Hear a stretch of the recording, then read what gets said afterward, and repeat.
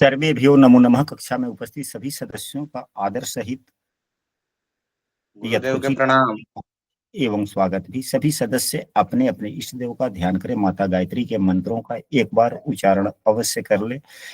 साथ ही अपने प्रेरणा के स्रोत एवं अपने गुरुजनों को अंतर्मन से अभिवादन कर ले। हम लोगों के द्वारा प्रतिदिन प्रश्न कुंडली पर आधारित कक्षा आयोजित की जाती है। अभी यह बिल्कुल कक्षा है।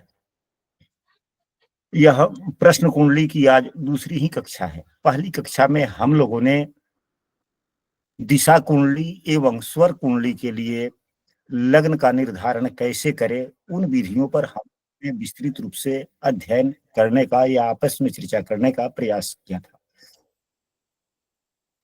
आज की कक्षा में हम लोग आरूढ़ कुंडली दो प्रकार से बनते हैं। हम लोग अभी एक कायदे की यहाँ पर चर्चा करेंगे एवं अंक कुंडली की चर्चा करेंगे कि इन आरूढ़ कुंडली या अंक कुंडली का लग्न का निर्धारण, लग्न की राशि का निर्धारण कैसे करते हैं।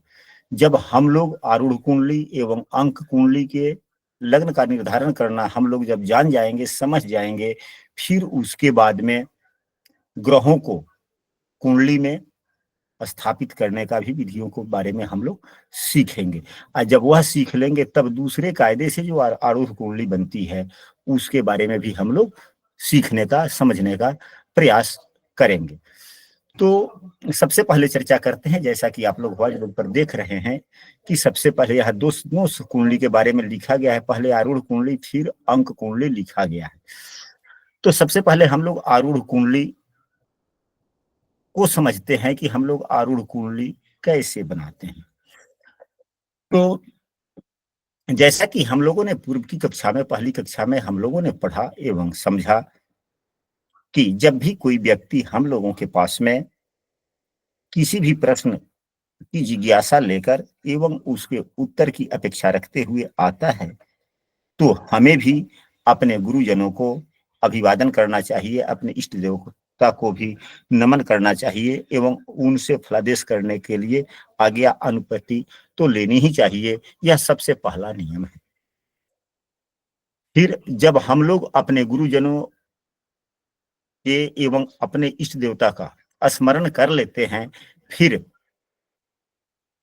हम अपने हाथों से ही कोई वस्तु, फूल, सुपारी या कोई भी वस्तु अपने इष्ट देवता एवं गुरुजनों को अभिवादन करते हुए हम परीक्षक के हाथ में वह वस्तु देते हैं। उससे पूर्व गुरुजनों से आशीर्वाद लेने के बाद में हम लोग एक कुंडली बनाते हैं और जिसके लग्न में एक राशि लिखते हैं कि मेष राशि लिखते हैं, काल पुरुष की कुंडली बना लेते हैं। काल पुरुष की ही क्यों, यह मेष लग्न की कुंडली को काल पुरुष क्यों कहा जाता है?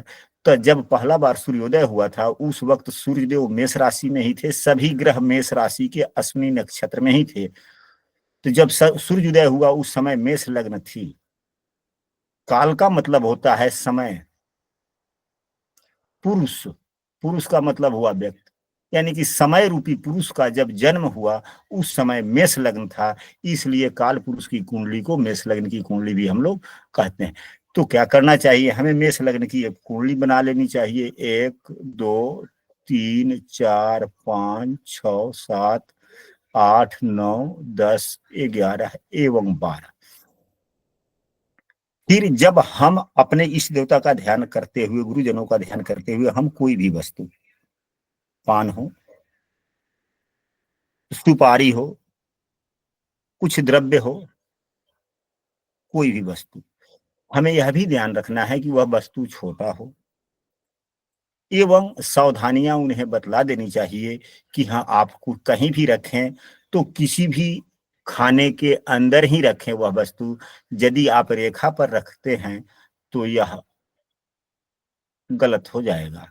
फिर आपके प्रश्नों का उत्तर देने में हमें समस्याएं होंगी, हम नहीं दे पाएंगे या यह लग्न ही भंग हो गया।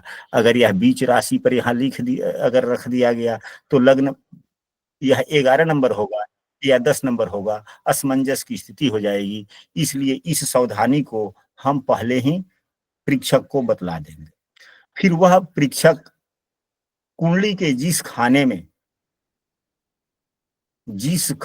में वह द्रव्य या सुपारी या उंगली या कलम का नोक जो हम उसे कहते हैं, वर्तमान उस समय के परिस्थिति को देखते हुए कि हम उसे क्या कह रहे हैं।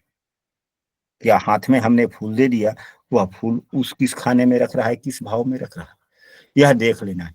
जिस खाने में, अगर उदाहरण स्वरूप मान लिया जाए कि अगर वह व्यक्ति अब यहाँ पर अपनी वह इच्छित वस्तु जो आपने दिया है, हमने दिया है, अगर वह यहाँ पे रख देता है, तो यहाँ पर 10 नंबर की राशि लिखी गई है, 10 लिखा गया है, तो लग्न कौन सा हो जाएगा? मकर लग्न।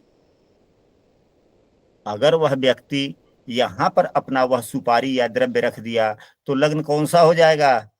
सिंह लग्न। अगर यहाँ पर रख दिया तो यहाँ पर कालपुरुष की कुंडली में 5 नंबर की राशि सिंह राशि होती है, तो सिंह लग्न हो जाएगा। अगर यहाँ पर वह रख दिया तो 12 नंबर की राशि है, मीन राशि है, तो लग्न में मीन राशि हो जाएगी। यह हुआ एक प्रकार का आरूढ़ लग्न। दूसरे प्रकार से भी आरूढ़ लग्न बनते हैं, वह लग्नेश के आधार पर बनते हैं। तो जब हम लोग ग्रह का स्थापना कर लेंगे, हम लोग भावेशों को पहचान लेंगे, फिर उसके बाद में आप लोग कहेंगे तो दूसरे कायदे से जो आरूढ़ लग्न बनते हैं उस पर भी हम लोग चर्चा कर लेंगे। हम लोगों के द्वारा प्रतिदिन कक्षा आयोजित होती है। यदि कोई कक्षा में नया है और प्रतिदिन की कक्षा में शामिल होना चाहते हैं तो स्क्रीन पर दिख रहे नंबर पर व्हाट्सएप पर कक्षा में कंटिन्यू हो सकते हैं, या इस वीडियो के डिस्क्रिप्शन में भी हमने अपने व्हाट्सएप समूह का लिंक दे दिया, यहाँ से भी शामिल हो सकते हैं।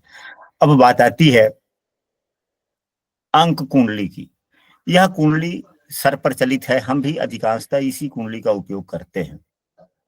हम जिन कुंडलियों का उपयोग करते हैं, 3 प्रकार के कुंडलियों का हम उपयोग करते हैं स्थिति के अनुसार। अधिकांशतः समय हम अंक कुंडली का उपयोग करते हैं, उसके बाद में स्वर कुंडली का भी हम उपयोग करते हैं, एवं कभी कभी हम दिशा कुंडली का भी उपयोग करते हैं, लेकिन सबसे ज्यादा उपयोग हम अंक कुंडली का ही करते हैं। तो आइए चलते हैं कि अंक कुंडली बनती कैसे है। इस विधि को आप लोग खूब बढ़िया से समझने का प्रयास कीजिएगा।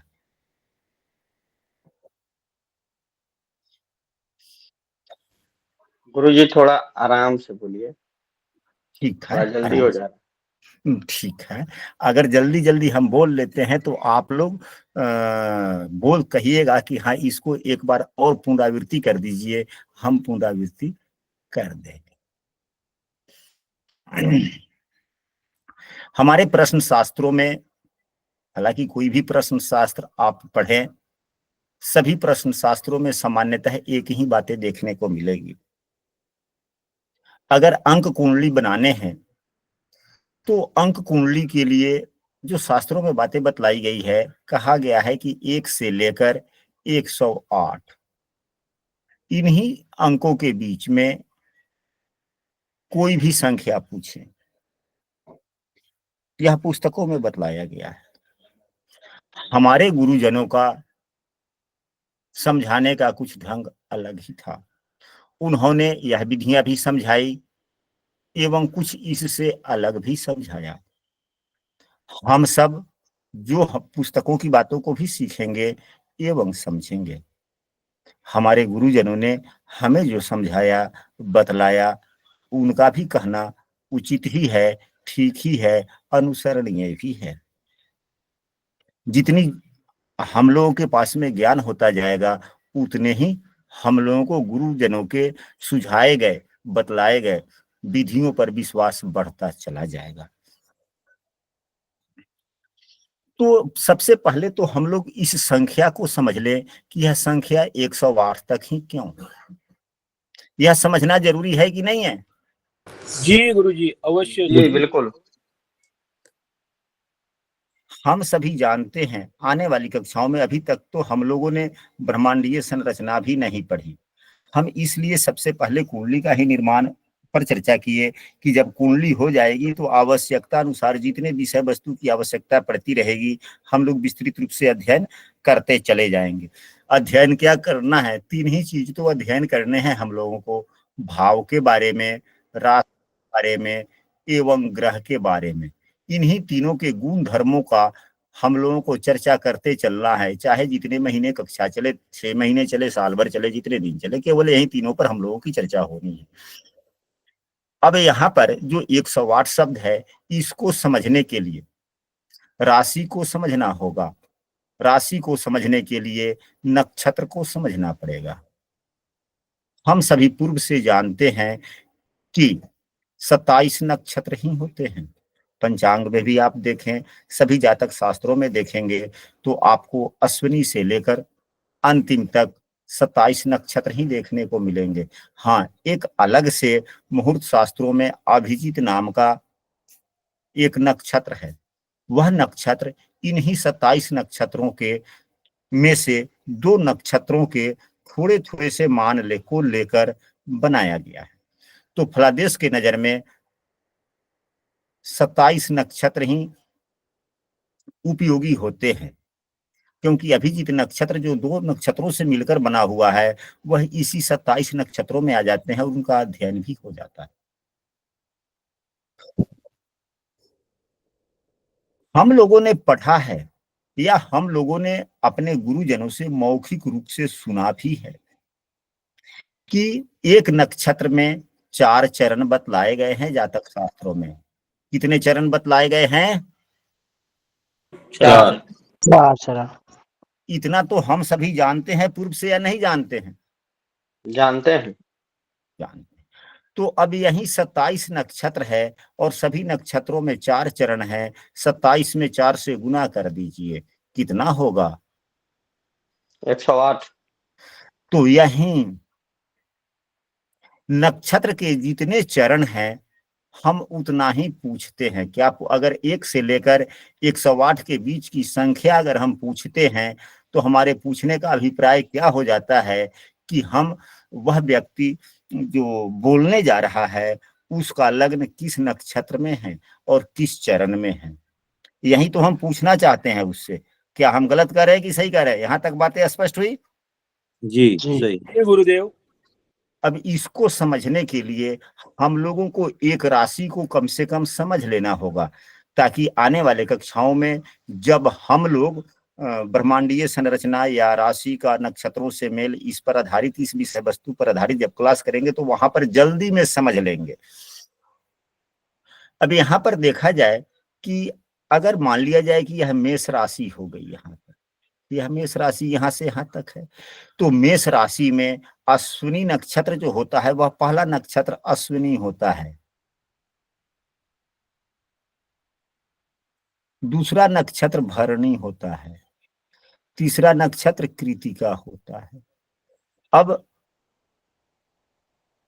एक राशि 9 चरणों से बना है या 2.25 नक्षत्रों से बना है, क्योंकि एक नक्षत्र में 4 चरण, एक नक्षत्र में 4 चरण और फिर इस नक्षत्र में भी 4 चरण। आप लोगों ने बेसिक की कक्षा की किताब में, बेसिक की किताब में जिसमें प्रारंभिक ज्योतिष वाली बातें बतलाई गई है, तो सभी राशियों के लिए चरणाक्षर के जो नाम बतलाए गए हैं वह 9 ही बतलाए गए हैं और सभी नक्षत्रों के एक चरण के एक ही राशि नाम है। जैसे अश्विनी का चू चे चोला, तो चू चे चो ला, यानी कि अश्विनी के प्रथम चरण में जन्म हुआ तो चू, दूसरे चरण में चे, तीसरे चरण में चो, चौथे चरण में ला, आयु कृतिका, इस प्रकार से। तो इतना तो हम लोग जानते हैं कि 2.25 नक्षत्र से एक राशियां बनती है।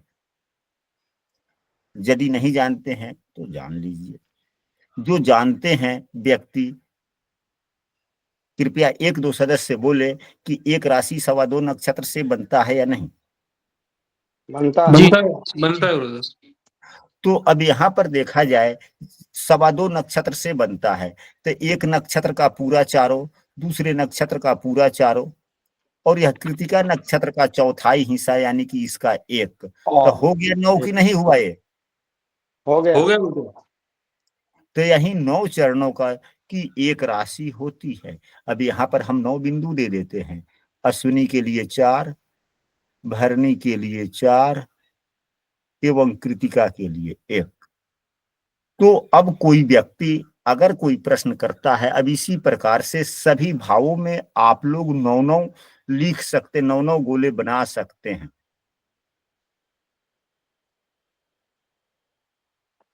अब हम लोग मान लिया जाए कि उदाहरण स्वरूप कोई व्यक्ति अगर 7 नंबर बोलता है, अगर आप 1 से लेकर 108 के बीच में बोल देते हैं, तो यह 7वां नंबर यह एक ही राशि में, पहली ही राशि में आया कि नहीं आया? आया आया। गुरुदेव।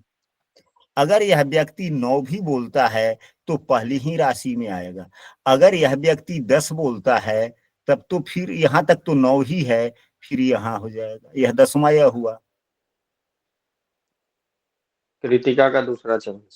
कृतिका का दूसरा चरण। अभी हम लोगों को नक्षत्रों के चरण याद नहीं करने, हम लोगों को यह समझना है, और यह भी हम लोग आगे की कक्षाओं में समझेंगे कि एक लग्न के 9 जो भाग यह जो हो गए, एक लग्न में जो 9 चरण हुए, इसी 9 चरणों को नवमांश भी कहते हैं। यानी कि एक लग्न में 9 नवमांश होता है और एक नवमांश नक्षत्रों का एक चरण के बराबर ही होता है। यहां तक बातें स्पष्ट हो गई? अब आगे हम लोग नवमांश पर पढ़ेंगे। अभी आज तो दूसरी ही कक्षा है, यहाँ पर नवमांश की कोई आवश्यकता नहीं है। लेकिन अंक कुंडली जब हम लोग बनाएंगे तो वहां पर नवमांशों का भी निर्धारण के बारे में हम लोग हल्का सा चर्चा कर लेंगे। जब आने वाले समय में जब हम लोग नवमांश पढ़ेंगे तो वहां पर यह बातें, आज की बातों का पूर्ण रूप से समझ वहां पे आएगा। हम लोगों ने बचपना में या विद्यालयों में या कॉलेज में जो भी पढ़ाइयाँ पढ़ी, वहाँ पर कुछ विषय वस्तु हम लोगों ने पूर्व में ही पढ़ लिए, लेकिन पूरी बातें समझ में नहीं आई। जब 2, 4, 6 महीने के बाद में उससे संबंधित थोड़ा उससे विशेष प्रकार की जब कक्षा आयोजित हुई या हम लोगों को पढ़ाया गया, तो पूर्व की बातें हम लोगों को विस्तृत रूप से समझ में आया। ऐसी बातें हुई है या नहीं हुई है? होता है गुरुदेव। ठीक इसी प्रकार यहाँ भी। अब यहाँ पर देखा जाए, अब हम लोग पुनः आ जाते हैं इसी बिंदु पर। तो यदि अब आप ही लोगों में से कोई एक संख्या बोले, फिर हम लोग इस अंकों के आधार पर अंक कुंडली, हम लोग अंक कुंडली के लग्न का निर्धारण कैसे करेंगे, इस पर हम लोग समझने का प्रयास करते 87 संख्या नंबर 87। हैं। ठीक है ये। अब मान लिया जाए जैसे कि कक्षा के सदस्य प्रफुल्ल जी महाराज के द्वारा कहा गया, कौन सी संख्या? 87।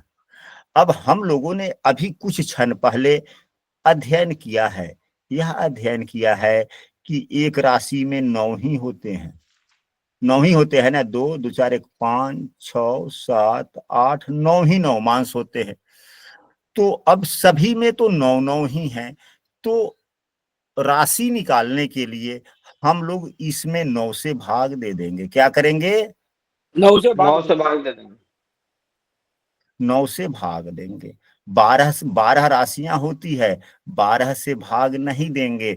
अगर 108 के बारे में अगर 107 ही कोई बोल दिया, अगर हम लोग 12 राशियां होती है 12 से भाग देंगे तो क्या होगा?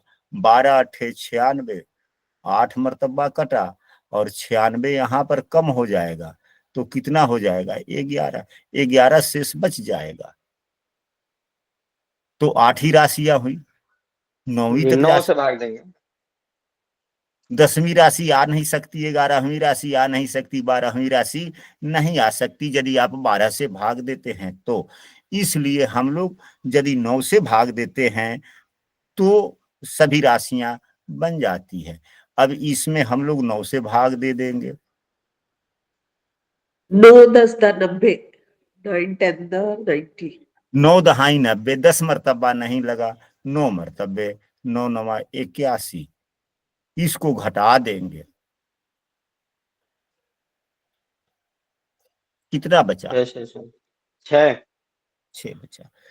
यह 6, हाँ, तो लग्न के निर्धारण के लिए इसकी आवश्यकता नहीं पड़ती, इसकी आवश्यकता नहीं पड़ता है। नीचे यदि शेष बचता है तो यह नवमांश, इससे हम लोग किसका निर्धारण करते हैं? नवमांश का निर्धारण करते हैं। नवमांश कुंडली का निर्धारण इससे होता है। लग्न का निर्धारण भागफल से होता है। भागफल से किस चीज का निर्धारण होता है? लग्न का। और शेष से किस चीज का निर्धारण होता है? नवमांश कुंडली। नवमांश कुंडली का निर्धारण शेष से होता है।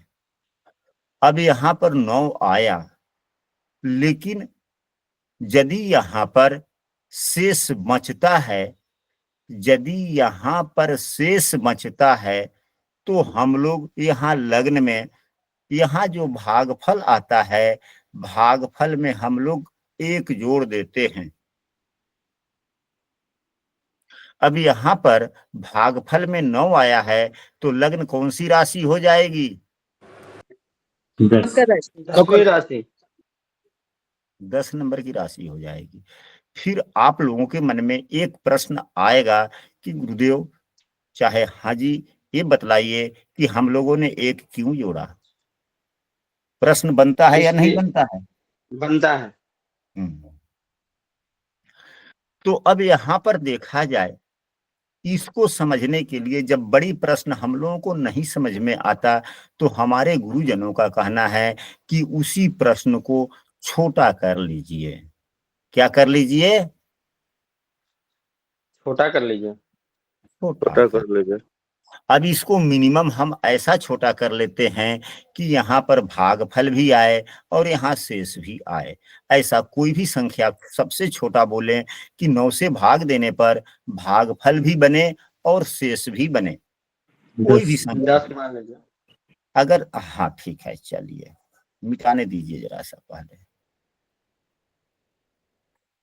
आप लोग खूब पूछिए, जहां पे संशय हो। पुनरावृत्ति कक्षा का नाम ही पुनरावृत्ति है। जहां पर पुनरावृत्ति नहीं हो, बीच में पूछा ना जाए, फिर वह कक्षा ही नहीं। तो अब आप लोगों ने 10 बतलाया। अगर हम इसमें 9 से भाग देते हैं, 1 भागफल होगा, इसमें 9 घटाएंगे, 1 शेष हो गया।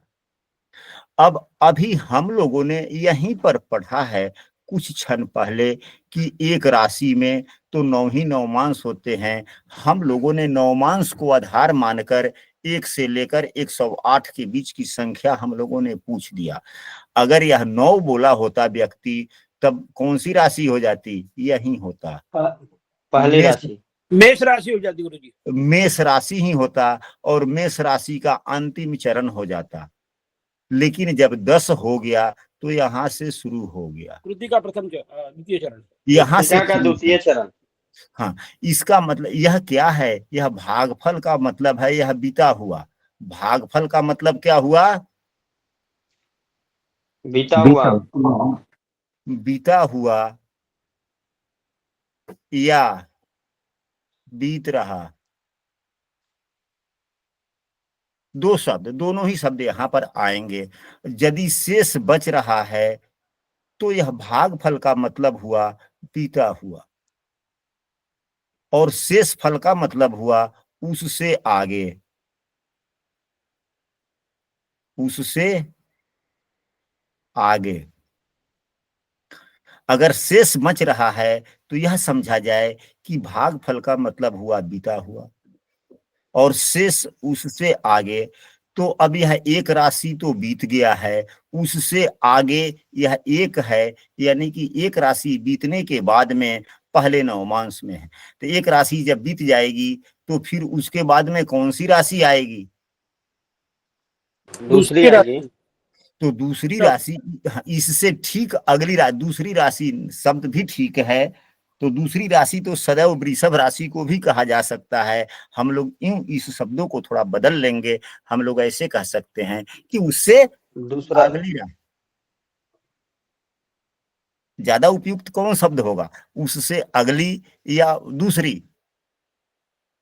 उससे अगली। दोनों तो एक ही है। उससे अगली गुरुजी। अगली। दोनों ही शब्द एक ही हैं, लेकिन कभी कभी आप जब बोलेंगे कि दूसरी राशि, तो हो सकता है कि आप अगर अपने बच्चे को सिखला रहे हो, किसी दूसरे को बतला रहे हो, वह दूसरी राशि को वह अगली न समझ के ये समझ ले कि वृषभ राशि बोले हैं। दूसरी राशि तो दूसरी राशि वृषभ होती है। हम लोगों को ऐसे शब्दों का चयन करना चाहिए जिसमें विकल्प नाम न के बराबर निकले। क्या गलत कर रहे हैं कि सही कर रहे हैं? सत्य कथन गुरुदेव। तो अगली राशि निकालने के लिए हम लोग एक जब जोड़ देंगे तो अगली राशि आ जाएगी। इसी नियम के आधार पर यहाँ पर 10 में 1 जोड़ देंगे, 9 में 1 जोड़कर हमने 10वीं लिख दी। अब यहाँ पर कुछ प्रश्न और बन जाते हैं। अब यहाँ पर कुछ प्रश्न का मतलब ये हुआ कि यहाँ पर 2 परिस्थितियां बन सकती है। एक कि यहाँ पर शेष बचे, या कुछ संख्या ऐसा भी आएगा, आपसे बोल दिया जाएगा, जैसे कोई 18 बोल दिया, तो 9 से भाग देंगे 2 मर्तबा, यहां शेष बचेगा ही नहीं।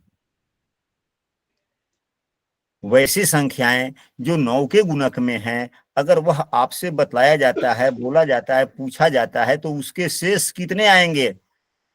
शून्य। 0 आएगा। फिर क्या होगा? क्या तो 0 आएगा या तो शेष रहेगा। तो यदि शेष बचता है तो भागफल में 1 जोड़कर हम लोग यहाँ लग्न का निर्माण कर लेंगे, जैसा कि प्रफुल्ल महाराज जी ने कहा है 87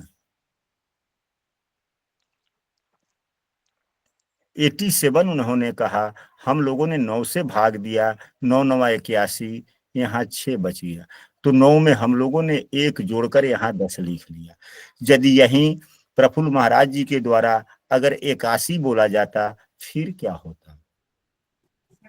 तो जो भागफल आता है गुरुजी वही हम लोग 9 लग्न हो जाता। जो भी भागफल आता है धनु राशि। क्या? फिर जो भागफल आता वही लग्न हो जाता। हाँ जी, हाँ जी, ये बात सही। यदि अगर शून्य शेष आता है तो जो भागफल रहेगा वही लग्न की राशि हो जाएगी। तो अंक कुंडली का लग्न कैसे निर्धारण करें, आशा करते हैं कि आप लोग यहां तक समझ गए होंगे। कि यहाँ पे कोई समस्याएं रही होगी? गुरुजी एक चीज पूछना चाह रहा हूँ। आप पूछ सकते हैं।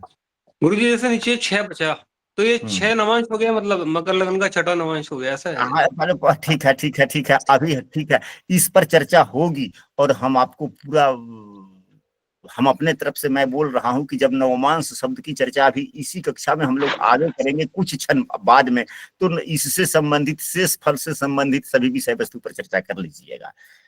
जी जी जी। अभी यह प्रश्न है कि अंक कुंडली से यदि हम किसी से पूछते हैं कि 100 से लेके 108 के बीच में, तो अगर कोई भी संख्या वह बोलता है तो लग्न की राशि निर्धारण तो आप लोग कर लेंगे ना? अब तो किसी भी तरह की समस्याएं नहीं रही ना? जी गुरुजी, कोई नहीं, समस्या बिल्कुल नहीं है। अब चलिए, अब इसके बाद में शेष फल का उपयोग हम लोग कहाँ करते हैं, यह भी जानना आवश्यक है कि नहीं है? है।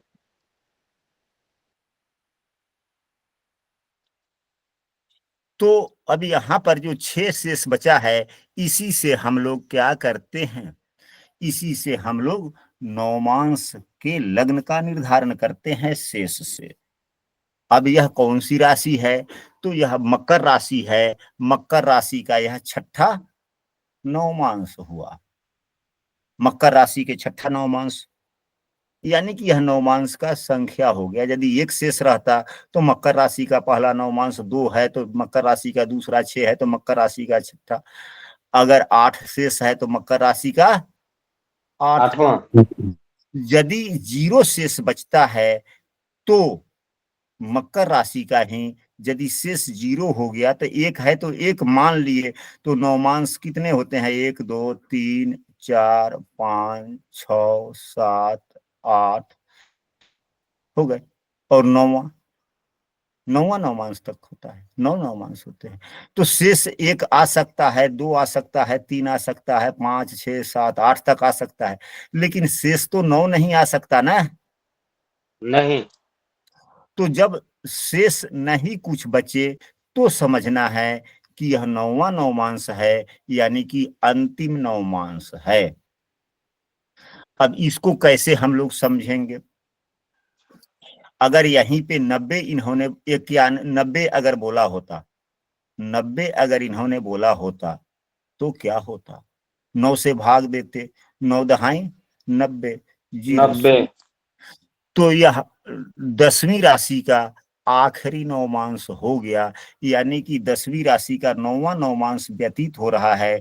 कुछ क्षण के बाद में, कुछ देर के बाद में यह 9वीं राशि पूरी समाप्त, भले 10वीं राशि पूरी समाप्त हो जाएगी, 11वीं शुरू हो जाएगी। अगर यहीं इन्होंने 91 बोला होता तो क्या हो जाता? तो 90 के बाद में 91 होता है, 90 के बाद में 91 होता है, तो 10वीं राशि पार कर गया। यहाँ पर यह क्या हुआ? 91 हो गया, तो फिर 11वीं राशि का पहला नवमांश हो गया, और यह 10वीं राशि का अंतिम नवमांश हुआ। अब बातें स्पष्ट हो गई? जी गुरुदेव, क्लियर एकदम। यदि अभी भी कहीं भी शंका हो तो आप अपनी बात को पुनः रख सकते हैं, समझ सकते हैं।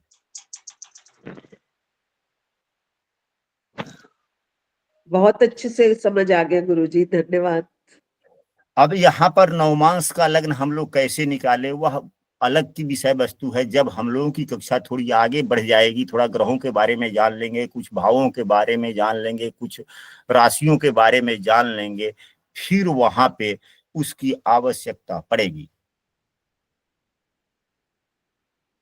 क्योंकि जब जब जिन जिन चीजों की आवश्यकता पड़ेगी, नवमांश की आवश्यकता फलादेश में होता है। आप लोग भी जितने अभ्यस्त होंगे उतने सभी विषय आप लोगों को भी कंठाग्र होता चला जाएगा। हमारे बाबा जी थे, सीधे पंचांग देखते थे और उंगली पर ही बस ग्रहों को देख लेते थे और बोल देते थे कि बस यह ग्रह तो फलाने नवमांश में है, यह ग्रह फलाने दृष्टकान में है, यह ग्रह फलाने दशमांश में है, यह ग्रह फलाने राशि के द्वादशांश में है। उनको इतना गणित याद था।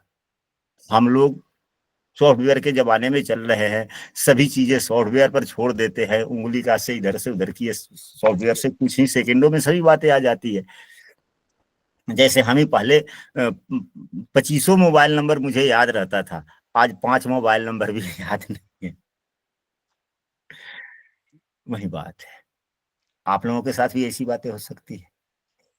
तो अगर मान लिया जाए कि हमें दृष्टान कुंडली की आवश्यकता है, तो हम लोग क्या करेंगे?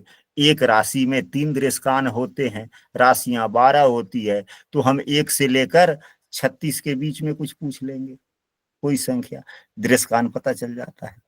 दशमांश बनाना है, एक राशि में 10 दशमांश होते हैं, तो 12 दहाई 120, हम 1 से लेके 120 के पीछे पूछेंगे। हमें जिस वर्ग कुंडली की आवश्यकता होगी, हम यदि हमें बनाने आता है तो हम उसके हिसाब से पूछ सकते हैं। अब प्रफुल्ल महाराज जी अब आशा करते हैं कि अंकों की थोड़ा सा कमी बेसी से भी हम बना सकते हैं। जी गुरुजी कभी देखते हैं कि पूछते हैं कि 1 से 9 की संख्या में कोई अंक बोलिए, उसका भी निकाल देते हैं।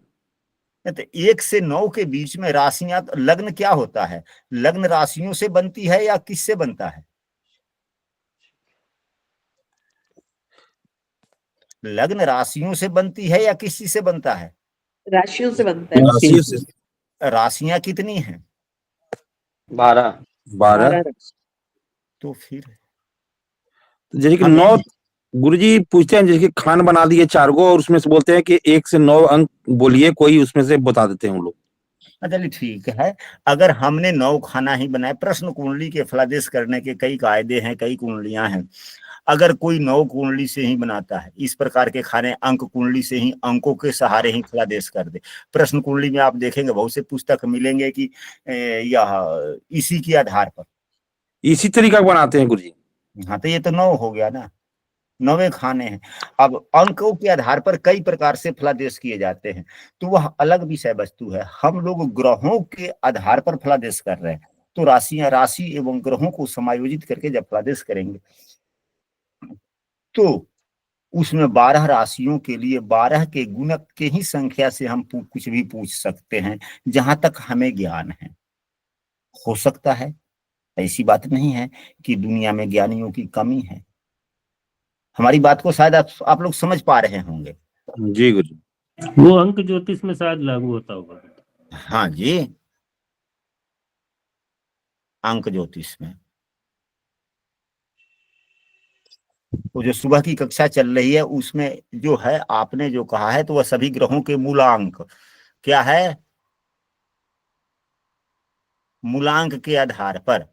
अब बातें स्पष्ट हुई?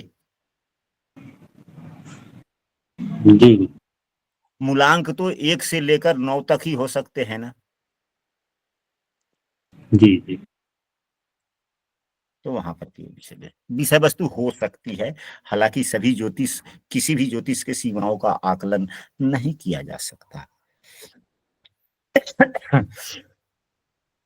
अब इसके बाद में आवश्यकता है हम लोगों को कि ग्रह की स्थापना कैसे करें। यह आवश्यक है या नहीं है? अब है। तो अब ग्रहों की स्थापना कैसे करें, इसके लिए हम लोगों को जिस रोज प्रश्न पूछा जा रहा है, वर्तमान के दिन का पंचांग का पन्ना खोलना होगा।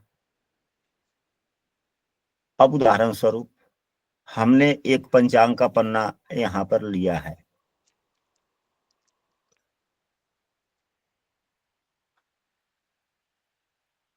यह आज का पंचांग का पन्ना नहीं है, अन्य दिनों का है, अन्य किसी भी दिनों का है। मान लिया जाए, इसको अध्ययन करने के लिए तो मान लिया जाएगा ना। बिल्कुल। तो यहां पर पंचांग में जो दिए गए रहते हैं, सबसे पहले यहाँ पर कई बातें, थोड़ी से अपवाद भी हो जाते हैं। हम लोगों को अपवाद पर भी थोड़े चर्चा कर लेने चाहिए। यदि हम लोग अपवाद पर चर्चा नहीं करते हैं तो कक्षा अधूरी हो जाती है, इसलिए अधूरी कक्षा नहीं करनी चाहिए।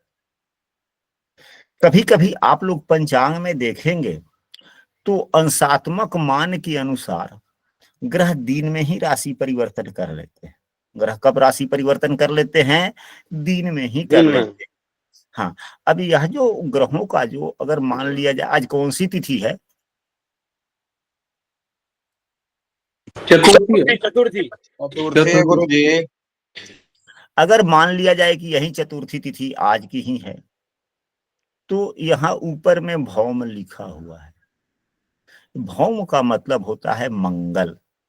अगर लग्न बना है 10, तो सबसे पहले यहाँ पर लग्न की राशि लिख लेंगे, फिर उसके बाद में एक बढ़ते हुए हम लोग ऐसे लिख लेंगे 2 3 4 5 6 7 8 9 हो गया। अब मंगल देव जो यहाँ पर हैं, 9 राशि पार करके 15 अंशों पर है। यह राशि होता, अंश होता है, कला होता है, यह विकला होता है। तो यह राशि जो 9 पार करके 15 अंशों पर है, तो 9 के बाद में, यानी कि 9 बीत चुका है, उससे 15 आगे हैं। एक राशि में 30 अंश होते हैं। एक राशि में 30 अंश होते हैं। अगली कक्षा जो हम लोगों की होगी वह क्या होगा? ब्रह्मांडीय संरचना की होगी। जो हम लोग यहाँ पर पढ़ रहे हैं ज्यादा समझ में आएगा। जो अगर हम केवल ब्रह्मांडीय संरचना पहले पढ़ाते तो वह 3 रोज क्लास चलती, फिर जाकर पूरी बातें समझ में आती।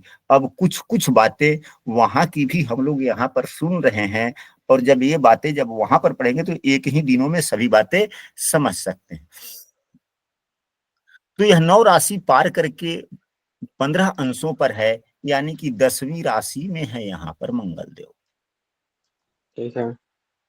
तो हम 10वीं तो नंबर लिख देंगे मंगल को। अगर यहीं पे 9 राशि लिखने के बाद में अगर यहाँ पर रहता 29, यहाँ पर रहता 50, यहाँ पर भी कुछ, यहाँ पर भी कुछ, यानी कि सूर्योदय के कुछ देर के बाद में राशि परिवर्तन कर लेते। तो यह भी देखना होता है। तो यह जो पंचांग देखते हैं, आगे की कक्षाओं में थोड़ा सा डीपली हम लोग चलेंगे तो यह सभी बातें समझ लेंगे। या प्रारंभिक कक्षा में ही इतना डीप तक जाना हम लोगों को उतनी समझ में आ भी सकती है, न भी आ सकती है, इसलिए कक्षा थोड़ा आगे बढ़े पहले। फिर उसके बाद में बुध को यहाँ पर देखा जाए तो बुध के सामने 6 यहाँ पर है, यानी कि 6 राशि पार करके 1 अंशों पर है। अच्छा गुरुजी, तो जिस जिस दिन वो प्रश्न पूछेगा उसी दिन की तिथि कहीं का देखेंगे ना? हाँ, उसी दिन के तिथि का देखेंगे। यह तो खैर पूर्व के महीनों का है, पूर्व के वर्षों का यह पंचांग का पन्ना है। अभी मैं आपको बतला दूं कि यह पंचांग का पन्ना किस दिन का है। हमारे पास में था, तो यह देखिए, यह 2 नवंबर से लेके 15 नवंबर तक सन 2001 के पंचांग का पन्ना है ये। तो पढ़ने के लिए, अध्ययन करने के लिए हम लोग किसी भी पन्ना पर पढ़ सकते हैं, लेकिन जब फलादेश करना होगा, जब प्रश्न कोई पूछेगा, तो वर्तमान जिस रोज जो दिन व्यतीत हो रहा है उस दिन के हिसाब से देखेंगे। अब बातें स्पष्ट हुई? जी बिल्कुल गुरुजी। अभी यहाँ पर जो यह है इसको नहीं देखेंगे।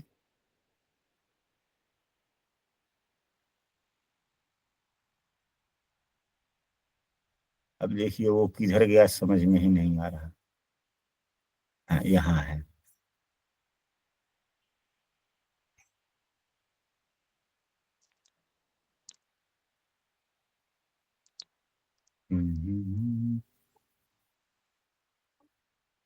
तो क्या मंगल से ही देखेंगे गुरुजी या सूर्य और चंद्रमा से देखेंगे पहले? नहीं नहीं, हम लोग सभी ग्रहों को देखेंगे। अभी तो मंगल को हमने देखा, अब सूर्य को ही पहले देख लेते हैं।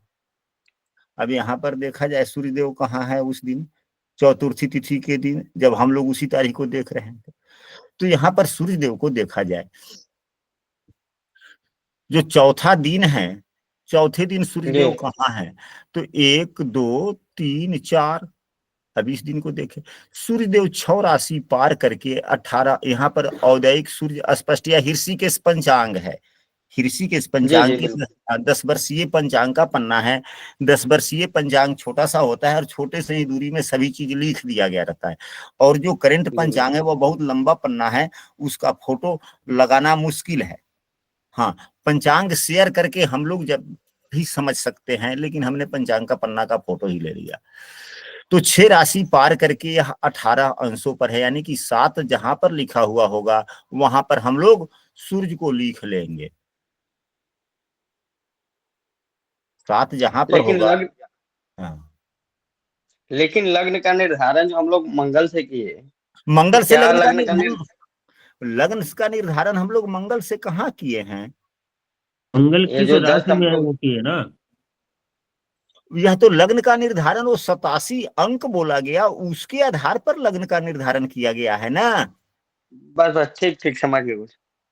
और हम लोगों ने जिस रोज को आधार मानकर जो हम लोग लग्न कुंडली में जो ग्रह को जो स्थापना कर रहे हैं, तो उस रोज जो है यह मंगल देव 10 नंबर की राशि में भोग कर रहे हैं, इसलिए हम लोगों ने 10 पर मंगल लिख दिया। ये कोई जरूरी नहीं है कि मंगल को हम लोग सदैव लग्न में ही लिखेंगे। जी जी बिल्कुल समझ। अगर मंगल उस रोज अगर 2 नंबर की राशि में रहेंगे तो 2 नंबर जहां होगा वहां मंगल लिखेंगे।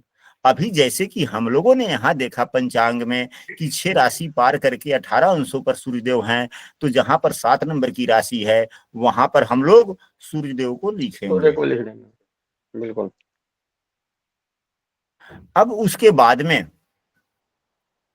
अब यहाँ पर आप लोग देखेंगे तो यहाँ पर देखा जाए चंद्रमा को भी हम लोग देख लेते हैं। तो चंद्रमा इस रोज, चंद्रमा कहाँ है, हम लोग यहाँ पर देखा जाए चंद्रमा, यहाँ हम लोगों को इस दिन देखना है। तो यहाँ पर लिखा हुआ है चंद्र राशि प्रवेश, यानी कि मिथुन राशि में प्रवेश किया है, और यह अगले दिन यानी कि पंचमी तिथि के दिन यह कर्क राशि में प्रवेश करेगा।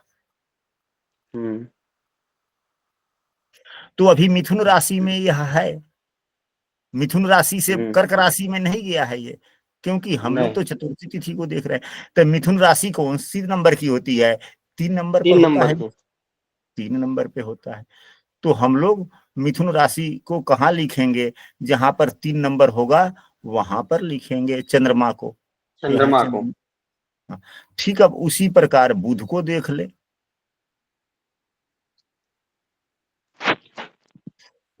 तो बुध को देखने के लिए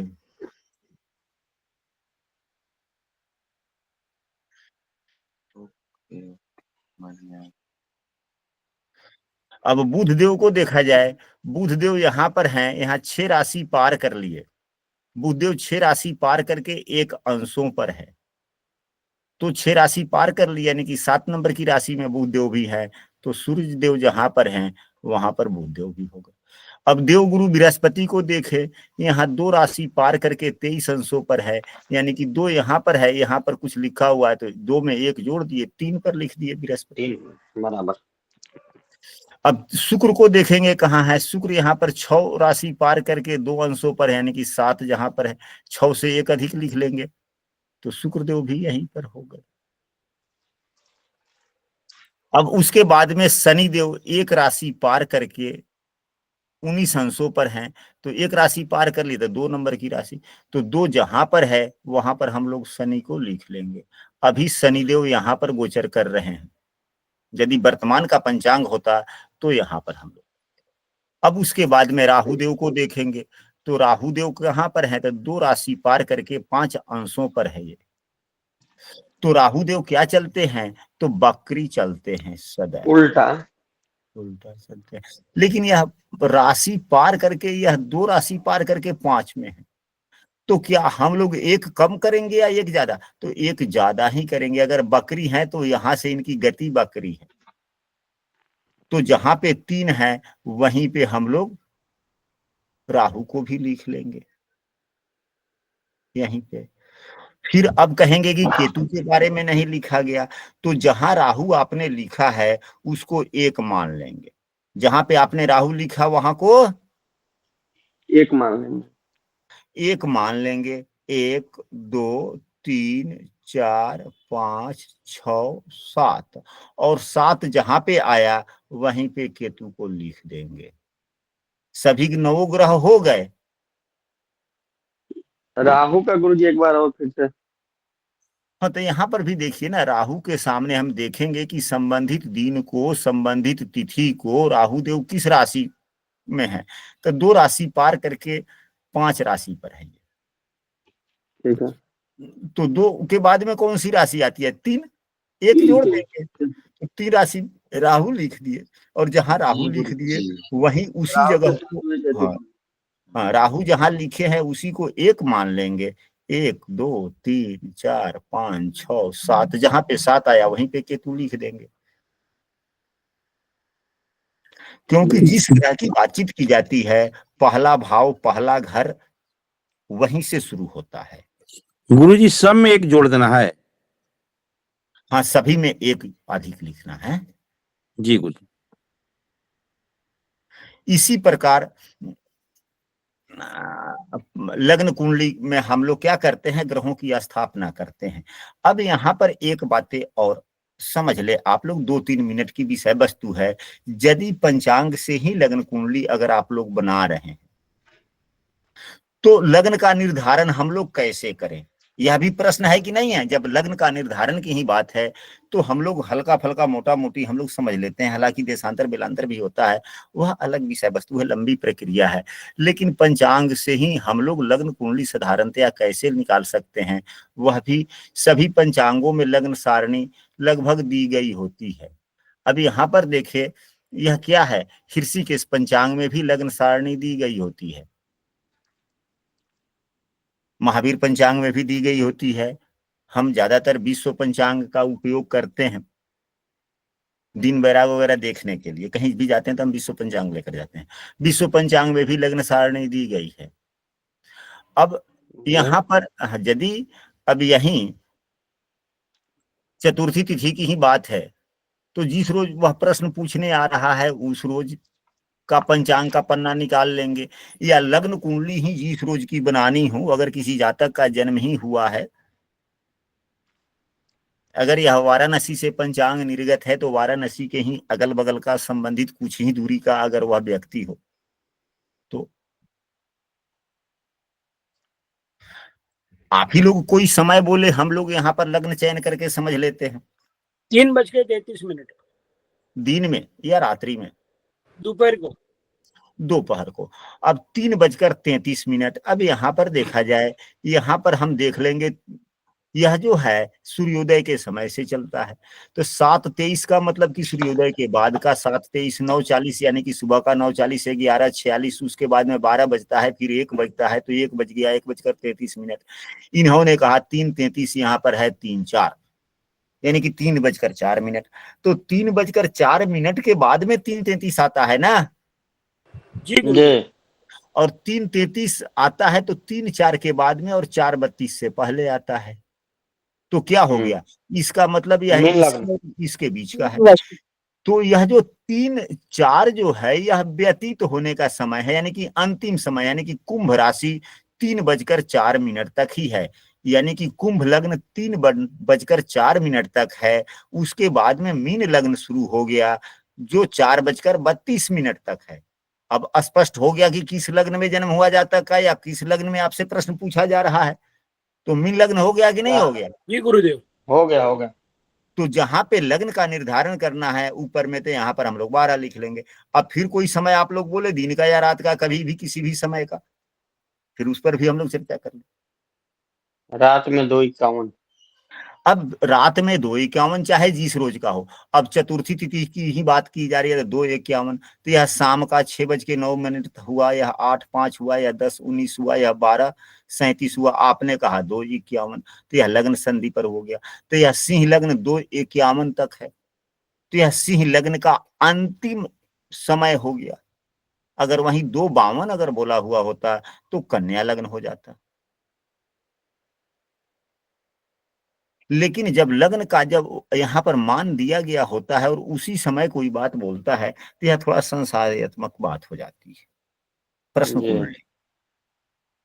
लेकिन 51 बोला तो यह सिंह लग्न का अंतिम समय हुआ। अगर 52 बोल दिया तो कन्या लग्न का प्रारंभिक क्षण हो गया। अब बातें स्पष्ट हो गई। तो 51 तक तो सिंह लग्न ही लिखा जाएगा ना गुरु जी? हाँ जी, पंचांग के अनुसार तो सिंह लग्न थे। लेकिन यहाँ भी थोड़ा समय का संशोधन के बारे में हम लोगों को, जब लग्न कुंडली की बात आएगी तो थोड़ा सा समझना चाहिए। अच्छा, अब इसके बाद में, यह तो पंचांग से हम लोगों ने समझ लिया। जी। अब इसके बाद में अब पंचांग का पन्ना हम डिलीट करते हैं। ठीक है। बहुत बढ़िया गुरुदेव। धन्यवाद गुरुदेव, बहुत अच्छे। बहुत अच्छे समझाए। बहुत अच्छे गुरु जी।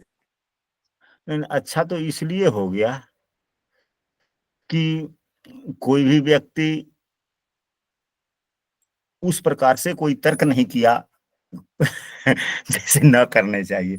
मुनि शुक्ला जी हैं, एक बार कक्षा हो रही थी, इसी प्रकार से हम लोग लग्न कुंडली का निर्धारण कर रहे थे, तो बीच में व्यक्ति जो है यहाँ बोर्ड पर देख रहा है, जो हम यहाँ पर सामने है, उस आधार पर हम लोग सीखने का प्रयास कर रहे हैं, और वह व्यक्ति किसी दूसरे पंचांग को खोल लिया और कह रहे नहीं, या तो आप गुरुदेव गलत बोल रहे हैं, मेरे पंचांग में तो यह लिखा हुआ।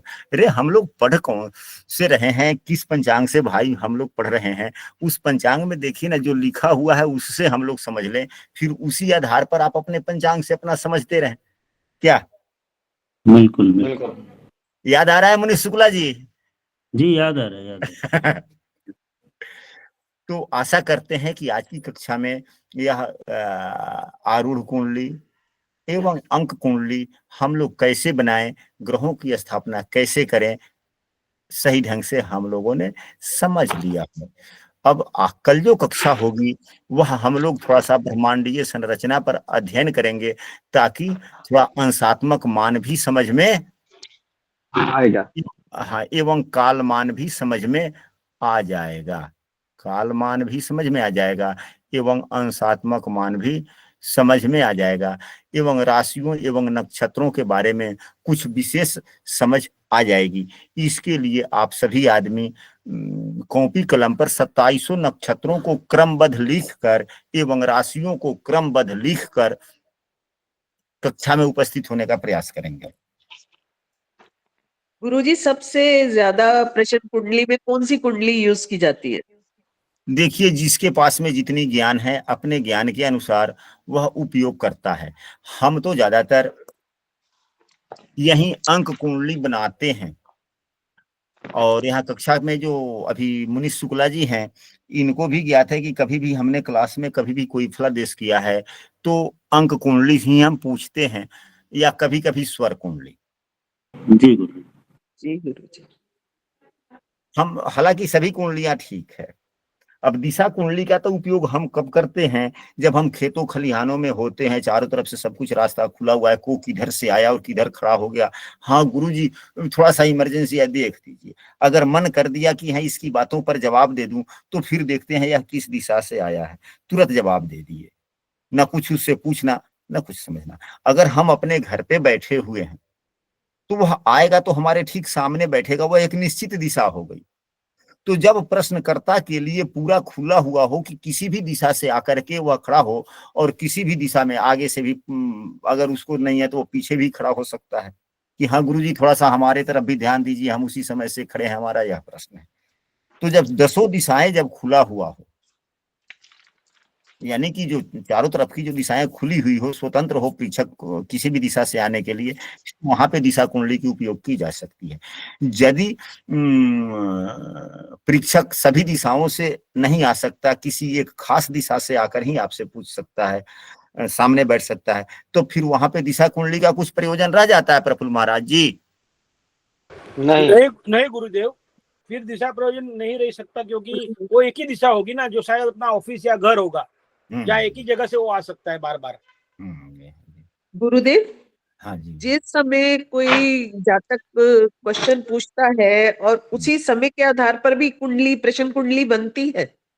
हाँ जी, तो जब लग्न कुंडली हमने जो पंचांग से बनाना सीखा, वह तो उसी समय वर्तमान के समय का लग्न हो गया। तो आप सॉफ्टवेयर के सहारे भी मोबाइल से भी देख सकते हैं, समझ सकते हैं, लग्न कुंडली बना सकते हैं। अब उसका फलादेश भी ठीक होगा? हाँ, होता है और होगा भी। लेकिन अब मैं आपसे पूछता हूं जी, अगर 4 व्यक्ति आपके पास में आते हैं, चारों का प्रश्न एक ही रहता है, चुनाव का समय चल रहा हो, हाँ पंडित जी, हाँ पंडित जी यह बतलाइए कि क्या मैं जीतूंगा? चारों का अगर एक ही प्रश्न है और अच्छा। आपने जो लग्न बनाया, तो लग्न तो लगभग 2 घंटे तक के लिए रहता है। जी गुरुजी। एक लग्न सामान्यतः औसतन ओवरऑल राउंड फिगर में देखा जाए तो 2 घंटे का रहता है।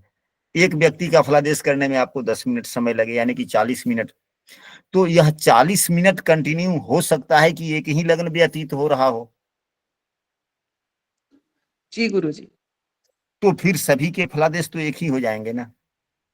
जी गुरुजी, ऐसे ही एक बार हुआ, एक जातक ने एक क्वेश्चन पूछा, फिर उसके बाद उसने दूसरा पूछा, तो मैंने कहा दोनों का आंसर तो सेम होगा। ठीक है, ना सेम हो सकता है। एक ही कुंडली से कई प्रश्नों के उत्तर दिए जाएंगे, वह अलग विषय वस्तु है।